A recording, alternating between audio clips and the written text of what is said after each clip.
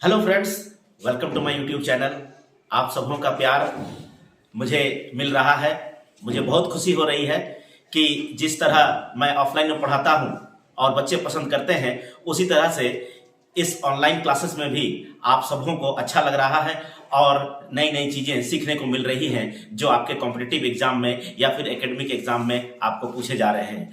आज एक ऐसा महत्वपूर्ण चैप्टर आप तक लेकर के आ रहा हूं जिसमें सभी बच्चों को, चाहे वो लड़का हो लड़की हो या जो कॉम्पिटिटिव लिख रहे हैं, उनको हमेशा शिकायत रहती है कि कैसे इसको सरल किया जाए। यह है आपका दिवस याद करना। दिन या दिवस कैसे याद करना है, आज मैं आपको बताऊंगा एक सरल तरीके से कि दिन और दिवस को कैसे याद किया जाता है। इसको सीखने के बाद मैं आशा करूंगा कि आप सभी इन दिन दिवस को चुटकियों में आप समझ सकते हैं और याद रख सकते हैं। वो आपके दिमाग में कभी भी नहीं भूलेगा और आप जो है इसको सरल तरीके से अपने परीक्षाओं में रख सकते हैं। दिन दिवस में आज हम एक का बता रहे हैं, अक्टूबर का। अक्टूबर इसलिए मैं बता रहा हूं क्योंकि अक्टूबर ही एक ऐसा आपको दिवस का दिया रहता है जिसमें सबसे ज्यादा उसमें दिन दिए हुए हैं जो आपको याद रखने हैं। और उसके बाद आपके दिसंबर आते हैं। अगर आपको लगेगा कि हाँ दिसंबर का भी बताना चाहिए तो मैं दिसंबर का भी आपको बता दूंगा, लेकिन फिलहाल आज के लिए मैं आपको अक्टूबर बता देता हूं और इसी तरीके से दिसंबर हो, जनवरी हो या बाकी भी कोई महीना हो, उसको भी आप इसी तरीके से याद रख सकते हैं।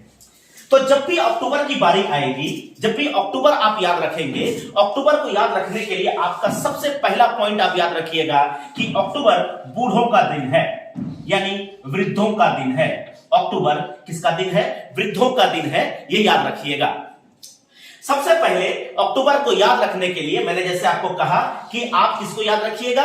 वृद्धों को याद रखिएगा। तो जैसे मैंने एक टेबल बना करके मैं आपको यहां रखा हूं, इसी को मैं आपके बोर्ड पर रखूंगा और आप इसको देखते रहिएगा। सबसे पहले अक्टूबर के समय पर पूरे अंतरराष्ट्रीय भर में वृद्धों को खोजा गया। सबसे पहले अक्टूबर जब भी याद रखिएगा, किसको याद रखिएगा? वृद्धों को याद रखिएगा। पूरे अंतरराष्ट्रीय भर में अक्टूबर के महीने में वृद्धों को, बूढ़ों को खोजा गया। तब पाया गया कि सबसे ज्यादा जो बूढ़े हैं वो हमारे यहां पर हैं और उनका नाम है महात्मा गांधी और लाल बहादुर शास्त्री। देखिए, ये सभी काल्पनिक है। ये एक मनगढ़ंत एक कहानी मैं बनाया हूं, जिस कहानी के जरिए आप इसको याद रख सकते हैं। इसका किसी भी व्यक्ति के साथ कोई संपर्क नहीं है, तो इसे किसी के साथ अटैच नहीं कर दीजिएगा प्लीज। तो यह जो लेसन है, इस लेसन पर हम लोग किसको देखें? वृद्धों को देखें। वृद्धों में किसको देखें हम लोग? सबसे पहले पूरे अंतरराष्ट्रीय भर में वृद्धों को खोजा गया और अंतरराष्ट्रीय भर में वृद्धों को जब खोजा गया तो किसको पाया गया? दो वृद्ध को पाया गया। एक है महात्मा गांधी और एक है लाल बहादुर शास्त्री। जब इन लोगों को खोजा गया तो महात्मा गांधी ने कहा कि अहिंसावादी बनो। इसका मतलब हिंसा नहीं करो। इससे क्या होगा? इससे प्रकृति अच्छी होगी। इससे क्या होगा? प्रकृति अच्छी होगी। प्रकृति अच्छी होने से क्या होगा? इससे पशुओं का कल्याण होगा। इससे क्या होगा? पशुओं का कल्याण होगा।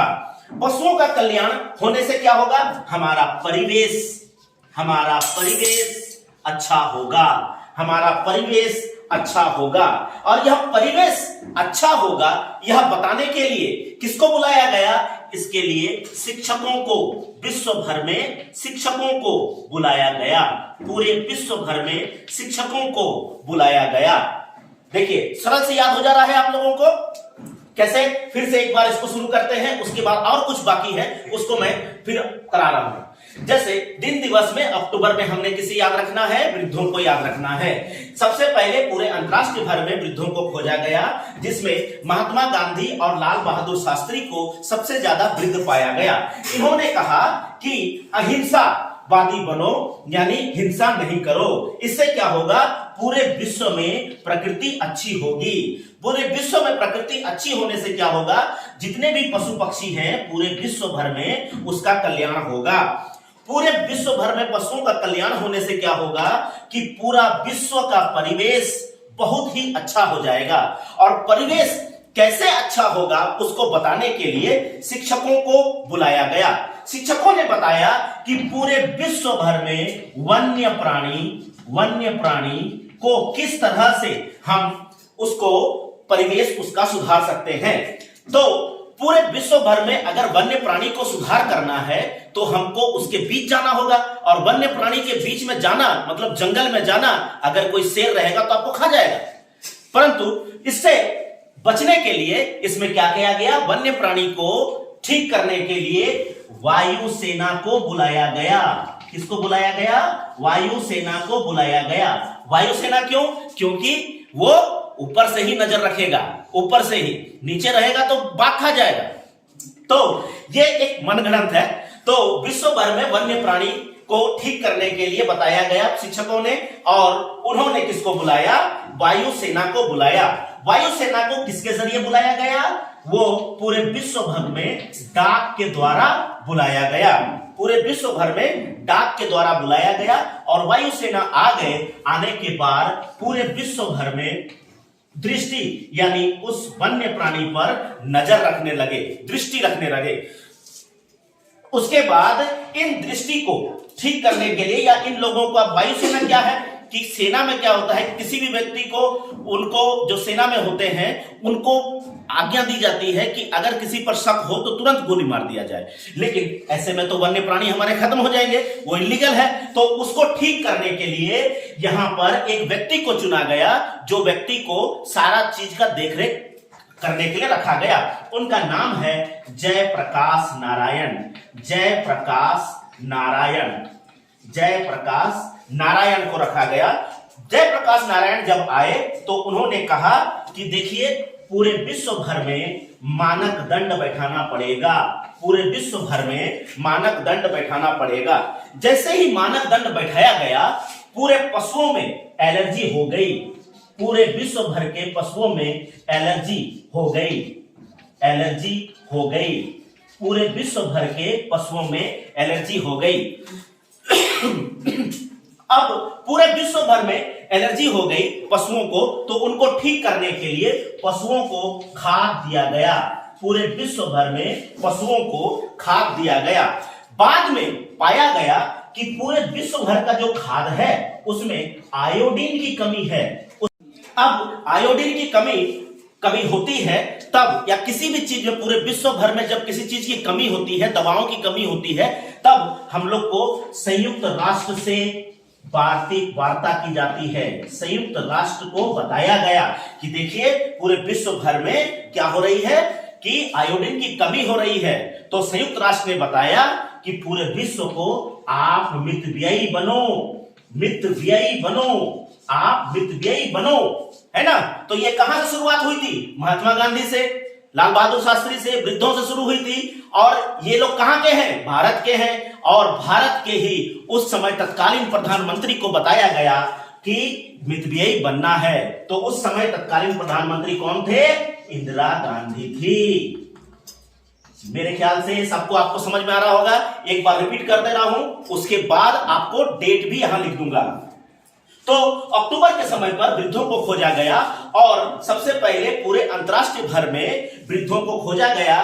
तो पाया गया कि महात्मा गांधी और लाल बहादुर शास्त्री जो हैं वो सबसे ज्यादा वृद्ध हैं। उन्होंने कहा कि अहिंसावादी बनो, हिंसा नहीं करो, है ना। उससे क्या होगा कि विश्व की प्रकृति अच्छी होगी।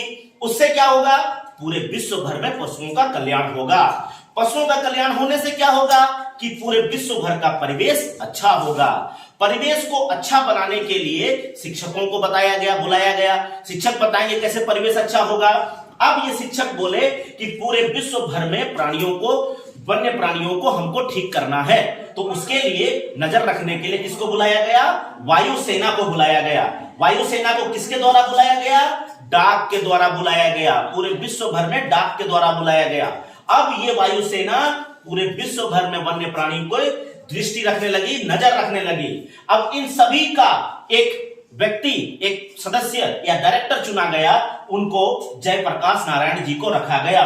जयप्रकाश नारायण जी ने बताया कि पूरे विश्व भर में मानक दंड बैठाना पड़ेगा। मानक दंड बैठाने से क्या हुआ कि सभी जानवरों में एलर्जी फैल गई और एलर्जी को ठीक करने के लिए खाद डाला गया।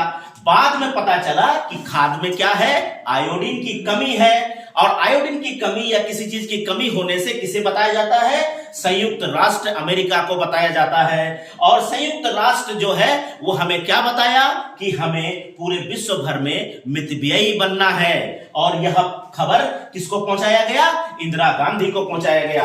अब डेट की बात करते हैं तो 1 तारीख को अंतर्राष्ट्रीय वृद्ध दिवस होता है, 2 तारीख को महात्मा गांधी लाल बहादुर शास्त्री का जयंती होता है, 2 तारीख को ही महात्मा गांधी ने बताया कि अहिंसावादी बनो, हिंसा मत करो। और जैसे ही उन्होंने बताया उसके दूसरे दिन ही प्रकृति अच्छी होने लगी। प्रकृति अच्छी हुई तो उसके दूसरे दिन पशुओं का कल्याण हो गया 4 तारीख को। उसके बाद जो है 5 तारीख को विश्व का भर में परिवेश के लिए ठीक हो गया। अब परिवेश ठीक करने के लिए शिक्षकों को बुलाया गया, उसी दिन ही शिक्षकों को बुलाया गया। अब वन्य प्राणी की देखरेख अगले दिन से की गई। अब अगले दिन से की गई, उसके लिए वायुसेना को बुलाया गया। तो हमारे यहाँ सेना पुलिस थोड़ी सी लेट हो जाती है ना, तो एक दिन लेट हो गया, यानी 8 तारीख को जो है वायुसेना पहुंची। और वायुसेना डाक के द्वारा भेजा गया। और कभी कभी होता है ना कि डाक भी आपका लेट पहुंच जाता है, तो एक दिन के बाद उनके पास डाक पहुंचा 9 तारीख को, और 10 तारीख से उन पर नजर रखने लगा सभी लोग। और उसके बाद जयप्रकाश नारायण जी अगले दिन ही उनको डायरेक्टर चुना गया, उनको वहां का अध्यक्ष चुना गया, है ना। और इस तरह से उनको मानक दंड बैठाया गया। तो कोई भी चीज का मानक दंड बैठाने के लिए काफी समय लगता है, तो इसमें समय लग गया 3 दिन का, यानी 14 तारीख को विश्व मानक दिवस मनाया गया। उसके बाद आपका एलर्जी फैल गया, तो एलर्जी 16 तारीख को फैला। 16 तारीख को एलर्जी फैला। कोई भी चीज का खाद का, अगर मान लीजिए कोई चीज को मानक दंड या किसी को बीमारी होती है तो थोड़ा धीरे धीरे करके उस शरीर बीमार होता है, अचानक से नहीं होता है। तो इसीलिए 14 से 16 याद रखिएगा। उसके बाद आपका 16 तारीख को ही उनको, जिस दिन बीमार होते हैं आप, उसी दिन आपको दवा दी जाती है। उस तरह से जिस दिन एलर्जी हुआ उस दिन खाद दिया गया, ऐसा याद रखिएगा। उसके बाद आपको बाद में पता चला कि आयोडीन की कमी है, उस पर रिसर्च किया गया। तो रिसर्च करने में थोड़ा समय लग गया और 21 तारीख को आयोडीन की कमी का पता चला। संयुक्त राष्ट्र अमेरिका को बताया गया, तो भारत से संयुक्त राष्ट्र अमेरिका जो है कि काफी दूर है, तो वहां तक पहुंचने में थोड़ा समय लग गया और 24 तारीख को संयुक्त राष्ट्र अमेरिका का ये हुआ। उसके बाद उन्होंने कहा मितव्ययी बनो, और मितव्ययी हमारे पास आया बनने के लिए, हमारे पास ऑर्डर आया। तो ये 30 तारीख को मितव्ययिता का हुआ और इंदिरा गांधी को उसके दूसरे दिन बाद पहुंचा, यानी 31 तारीख को पहुंचा। तो यह पूरी जो है आपका अक्टूबर महीने का है। अक्टूबर महीने में अंतर्राष्ट्रीय वृद्ध दिवस, महात्मा गांधी जयंती, लाल बहादुर शास्त्री जयंती, विश्व अहिंसा दिवस, विश्व प्रकृति दिवस, विश्व पशु कल्याण दिवस, विश्व परिवेश दिवस, विश्व शिक्षक दिवस, विश्व वन्य प्राणी दिवस, वायुसेना दिवस, विश्व डाक दिवस, विश्व दृष्टि दिवस, जयप्रकाश नारायण जयंती, विश्व मानक दिवस, विश्व एलर्जी जागरूकता दिवस, विश्व खाद्य दिवस, विश्व आयोडीन दिवस, संयुक्त राष्ट्र अमेरिका दिवस, विश्व मितव्ययिता दिवस, और इंदिरा गांधी का पुण्यतिथि जो है वो इस तरह से अक्टूबर के महीने पर मनाया जाता है। तो मेरे ख्याल से ये आप अपना स्क्रीनशॉट ले सकते हैं इससे, और इसी तरीके से आप डे और डेट्स को याद रख सकते हैं। और आपके जितने भी डे डेट्स हैं, क्योंकि हमेशा आप लोगों को तकलीफ रहती है कि डे डेट्स याद नहीं होते हैं हमसे, या हम याद करते हैं तो भूल जाते हैं, तो इस तरह से कहानी बना करके याद रखिएगा। तो कहानियां हमारे दिमाग में हमेशा से छप जाती हैं और हम उसे कभी नहीं भूल पाते। यानी एग्जाम में जब भी याद रखिएगा, अक्टूबर का अगर दिया रहेगा तो अक्टूबर का एक रिमाइंड आ जाएगा आपको कि हाँ ये चीजें हमारे अक्टूबर में हुई थी, तो उसमें तुरंत से क्लिक कर जाएगा। अच्छा, मितव्ययिता दिवस है, तो मितव्ययिता दिवस जो है अक्टूबर के समय पर हुआ था, तो याद हो जाएगा आपको, और एक बार डेट उसमें रिमाइंड कर दीजिएगा तो तुरंत आपको पता चल जाएगा कि 30 अक्टूबर को मितव्ययिता दिवस हुई थी। और इस तरीके से आप एग्जाम में अपना नंबर अंक जो है पा सकते हैं। तो इसी तरीके से आप दिसंबर, जनवरी और बाकी महीनों का भी आप अपने से निकाल करके कीजिए और कमेंट बॉक्स पर बताइए कि आपको मेरा यह जो कैलेंडर का जो आज का कार्यक्रम रहा वो आपको कैसा लगा। और साथ ही साथ हमसे जुड़ने के लिए हमें सब्सक्राइब करें और इसी तरह से अपना ढेरों प्यार हमें देते रहें। Thank you so much.